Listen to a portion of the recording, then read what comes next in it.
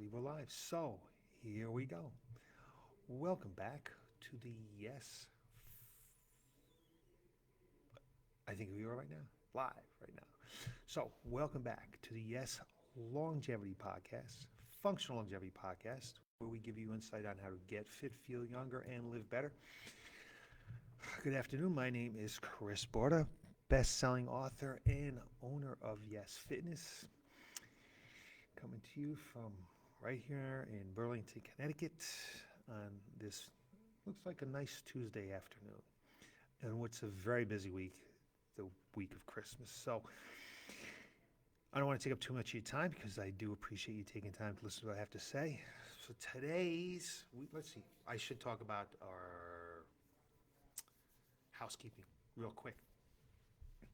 First, Christmas Eve.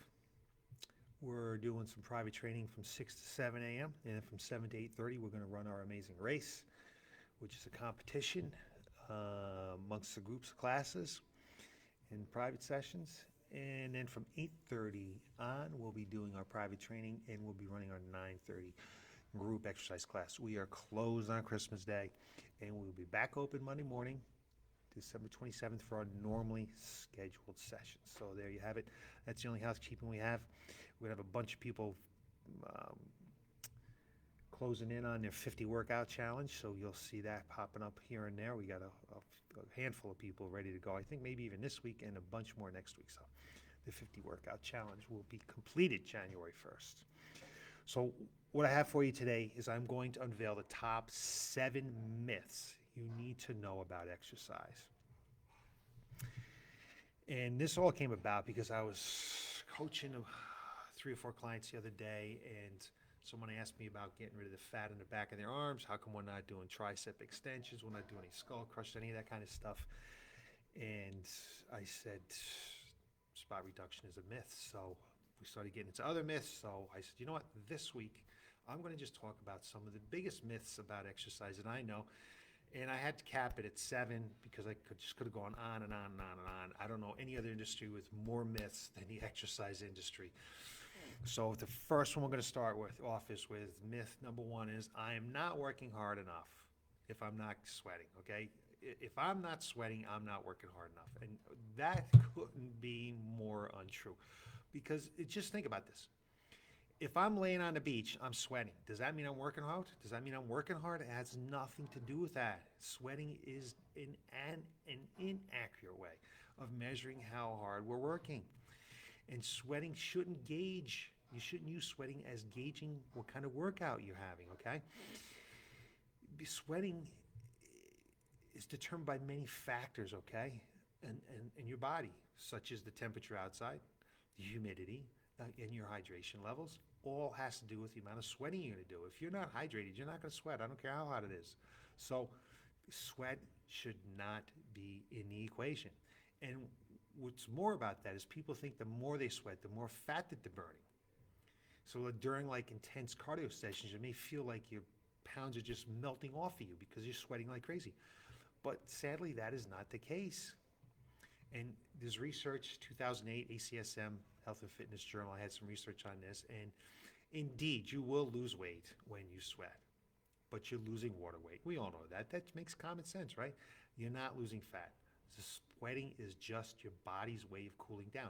It's getting water out to your skin to get the heat from the internal part of your body out onto your skin, and then wind comes by and blows it off, cools off your body. So it has nothing to do with how hard your workout is. So sweating, don't think about it anymore. It has nothing to do with the intensity, and that's not how you should rate your workout. I often hear about, I think it's Bikram yoga, where, wow, they'll tell me, what a great workout, I sweat so much. Yeah, the room is super hot, you're gonna sweat, okay? If I turned the temperature up in my facility to that heat, you would sweat in here too, and would you say that it was a great workout just because you sweat? No, it has absolutely nothing to do with it. So let's just brush that aside. No longer use sweat as a gauge as to how good your workout is.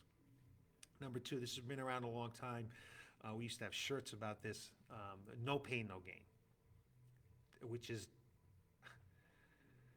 when you have pain, okay, you might feel a little uncomfortable when you're working out. You might feel a little stiff the next day or 2 days later, that's great. That's delayed onset soreness. But to say no pain, no gain as a motto is just crazy. When you have pain, that's your body telling you that you're doing something wrong. The great Mike Boyle, who is one of the top strength and conditioning coaches in the country, says, if you want pain, I'll slap you in the thigh with a 2x4. And it's true, because it has nothing to do with how good a workout you've had. If you're so sore you can't sit down, you can't go up and down the stairs. Again, soreness really has nothing to do with the quality of your workout. Stiffness, a little discomfort during the workout, the next day, even 2 days later, is what you really should be gauging, not if you're sore. Because if you're sore, you really could end up being seriously injured. Exercise is not fun. You're doing too much too fast, and you're not going to get in shape any faster by being that sore. So just strike that one. No pain, no gain. Number 2. Myth number 2, down. Number 3. I don't know how we're ever going to get rid of this, but sticking to all ab workouts is going to give me a six-pack. Doing crunches and sit-ups will get me my six-packs. Crunches, crunches, crunches. I can't tell you how many people come into my facility and are so excited because we never do crunches, okay? We never do crunches because they're not good for your back, number 1. And number 2, yeah, doing abdominal work is going to develop your core muscles. And it's a great way. It's a great way to strengthen your body and improve your balance and stability and all that kind of things. But it's not going to give you a six-pack. We all have a six-pack, which is the packaging we have over that six-pack. If you have fat on your stomach, you're not going to ever be able to see that six-pack. And doing sit-ups is only going to hurt you over time. You can see that with the research that's done by Dr. Stuart McGill out of Canada. Sit-ups are not good for your spine. It's not good for your body, and it will not help you get a six-pack. If you want to have a six-pack, the six-pack starts in the kitchen, okay?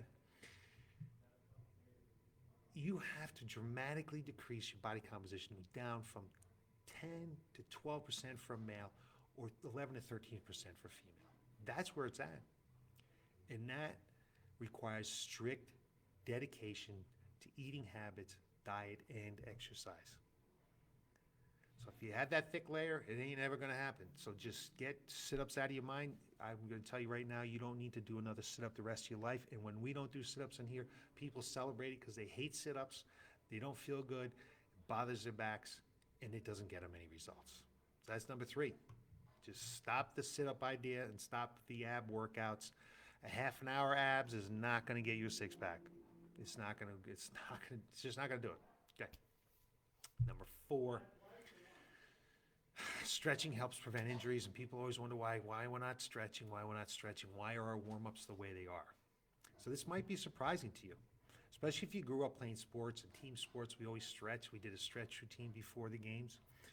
Stretching before and after exercise isn't proven to reduce your chances of getting injured. The research is not there.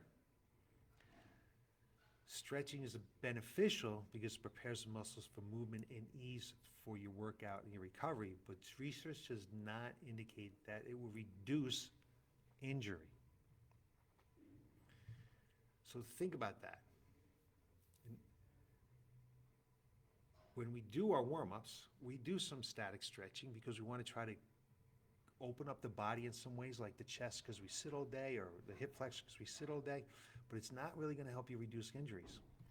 What we want to do with our warm-up, we want it to be dynamic. We want to have very functional, dynamic stretches like lunges, leg swings, and move muscle movements that mimic the workout. That will help reduce the risk for injury, okay? And by loosening your muscles on your pre-workout, it'll make you feel nice. It'll make you feel limber, okay? Thus minimizing the chances for muscle tears or pulls. But a 2000 study in the research of sports medicine debunked the notion that stretching is going to help reduce the risk of injury, okay? It's just not there. So think about that. It's a nice way to warm up. It's going to help reduce your, if you really want to be safe, you want to make sure your warm up is increasing your blood flow. And do some stretches. It's going to help you feel better. It may help you move better, but it's not going to help you reduce the risk for injury. So that's what you want to think about. 4, stretching does not help you reduce the risk for injury. Not to say you shouldn't do it. I think it's good, but it's not there to help you reduce the risk for injury. Number 5, this is a two-part one. There's so much to this one. Strictly, just solely doing cardio to lose weight. I got to lose weight, so I got to jump on that elliptical and do 45 minutes of that. Or I need to get on my treadmill and start working out of my treadmill. Or I need to start going out running. Or I need to go walking a few times a day. What's true is you should include about 20 to 30 minutes of cardio. Longer is not better. We're just trying to increase your aerobic capacity. It's not going to transform your body in any way, shape, or form. This research shows that. I'm not going to go through all that research that shows that, but it's might not be hard to believe, but it's true. But you just want to incorporate some cardio with your strength training into your workout. It's the strength training that's important for fat loss, okay? It's the strength training that's actually going to reshape your body. It builds muscle, and it'll help you maximize your cardio routine. It's going to improve your metabolism. So the more muscle you have, the more calories your body burns daily, and even more when you're doing cardio. So despite what you may think, spending hours on a treadmill isn't the quickest way to shed extra pounds. And so here's a little thing for the Mayo Clinic. 3,500 calories equals about 1 pound of fat. So if you were out to go about if you were out to burn 1 pound of fat, you'll need to burn about 3,500 calories. So the average person burns about 100 calories per mile of running. So if you walk a mile, you run a mile, it's flat. Obviously, if you go on a pill, it's going to be a little more. So 100 calories per mile. So in other words, to burn 1 pound, you'd have to go 35 miles. That's like running a marathon, right? You'd have to go 35 miles to burn 1 pound. So does it make sense that cardio is a way to lose? It's not. It isn't. And if you just do cardio, you're going to lose muscle and fat. And you're most likely going to lose muscle because the body wants to catabolize that first. So if you're trying to lose some weight, weight training is the way to go. And part 2 of this, heavy weights are going to bulk you up. No, no, no, no. Heavy weights are not going to bulk you up. And lifting weights does help you lose weight, okay? It helps you lose fat. So when it comes to losing weight, many people head straight for that darn treadmill elliptical. But if your goal is to burn some serious calories, don't avoid the weight room. That's where you need to be. So in a 2019 research done at Harvard Health Publishing, a person who weighs 155 pounds burns on average 112 calories with 30 minutes of weight training, or 224 calories an hour. And an hour of weight training is a long time. I wouldn't even suggest that you do that much, okay? But it's not necessarily, so to keep on with that train of thought, while it's not as much as running, because in running, they might burn 298 calories for 30 minutes for a 155-pound person, it's the increase in your metabolism. So the amount of calories you burn post-workout is what we're looking at here. And that's what we have found to be the most successful. And that's what the research shows to be the most successful. So don't be concerned with getting big and bulky. Take a look at my website. Look at the pictures of my clients. Are they big and bulky? They lift weights all the time. Okay? Get some cardio in there. Make sure it's interval cardio training if you possibly can. And don't be afraid of getting large, because it's not going to happen. To get large, and you're a woman, okay, you need to do very specific strength training. You don't have enough testosterone in your bodies. It's a very strenuous diet. It's just not going to happen. So just get that out of your mind. We're on to myth number 6. This is probably one of the craziest ones there are out there, but fat, when I work out, I turn muscle into fat. Then I can turn fat into muscle. You can burn fat and build muscle, just like you can gain fat and lose muscle. So make no mistake about that. Make no mistake about this. Fat and muscle are 2 different things. They're 2 different tissues. So you can't change one into the other. It's like you can't change an apple into an orange. An apple's an apple, an orange an orange. Muscle is muscle fiber, tissues, fat is tissue. That's the way it is. You can build muscle, you can lose muscle, you can gain fat, you can lose fat, but you can't change one into the other. Which leads me into like part two of this. Muscle weighs more than fat. That muscle doesn't weigh more than fat. 1 pound of fat is 1 pound. 1 pound of muscle is 1 pound of muscle. A pound is a pound. They equal. They're a pound. The difference is that muscle is much more dense. It's smaller. That's why there's times where people will have very little scale weight, but they'll go down 2 dress sizes because they lost fat and they gained muscle, and that muscle is tight. It's tight. It's much more dense than the flabby muscle. So muscle does not weigh more than fat. Muscle and fat are equal in weight. A pound is a pound, but the muscle is more dense. So it's smaller, takes up less space. Think about that. And number 7, and this is what we discussed that day, in the day when we were in the other room. Spot training or spot reduction. Help me lose fat in a specific area of my body. Wouldn't that be a great thing? Spot training, or spot reduction, is the idea that you can burn fat cells in a specific area of your body by working out that spot heavily, okay? The notion is that maybe if I do 1,000 sit-ups, I'm gonna have less fat on my stomach. We just talked about sit-ups, it's not gonna happen.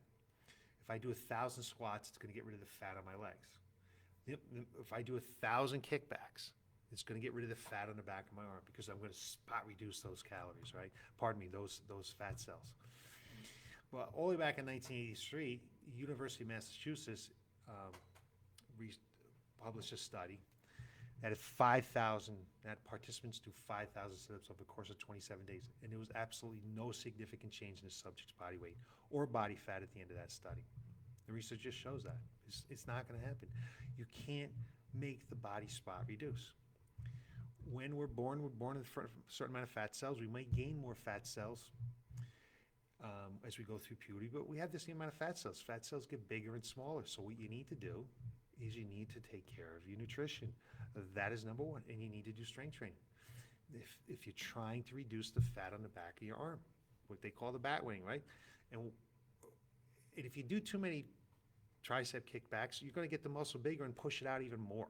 So it's going to look even fatter, because you didn't get rid of fat. So that's the thing about it. You can't spot reduce. And we've been talking about that for, 15, 20 years now. So in the exercise industry, it is so hard to overcome myths. It's incredible. I don't know any industry that has these type of myths that just can't be overcome, like the sit-up thing. Just stop doing sit-ups. So let's go back. We're just going to review them real quick. Myth number 1. If I'm not working out, if I'm not working up a sweat, I'm not working out hard enough. Complete myth. To burn more calories, if the more I sweat, the more fat you'll burn. Myth. Absolute myth. Number 2, no pain, no gain.